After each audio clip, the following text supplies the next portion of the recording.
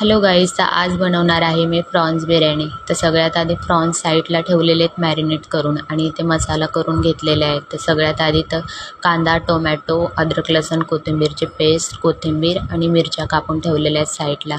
आणि सगळ्यात आधी टोप ठेवून टोपामध्ये तेल टाकलेले आहे आणि त्याच्यामध्ये कांदा परतवून घेतलेला आहे थोडासा गोल्डन होईपर्यंत. आणि मग त्याच्यामध्ये अद्रक, लसूण, कोथिंबीरची पेस्ट आणि तेजपत्ता टाकून परतवून घेतलेला आहे.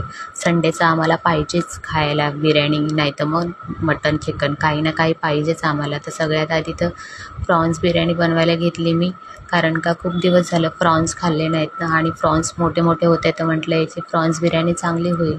तर मग इथे थोडंसं दम द्यायला ठेवलं, थोडंसं एकजीव होईपर्यंत. टोमॅटो टाकून कोथिंबीर टाकून चांगलं परतवून घेतलं आणि मस्त लगे वास असा छान सुटलेला आणि चवीपुरतं मीठ टाकलेलं होतं. आणि मग परत त्याला झाकून ठेवलं.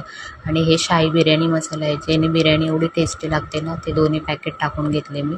आणि थोडासा घरगुती मसाला टाकला आणि ते परतवून घेतला. आणि प्रॉन्स बघा, मग मसाला परतवून घेतल्यानंतर मी त्याच्यामध्ये मॅरिनेट केलेले प्रॉन्स टाकले. आणि कारण का थोडंसं 5-10 मिनटं त्याला पण शिजू दिलं. मस्त इथे झाकून घेतले प्रॉन्सला आणि मस्त शिजू दिलं आणि वास असा मस्त सुटलेला होता.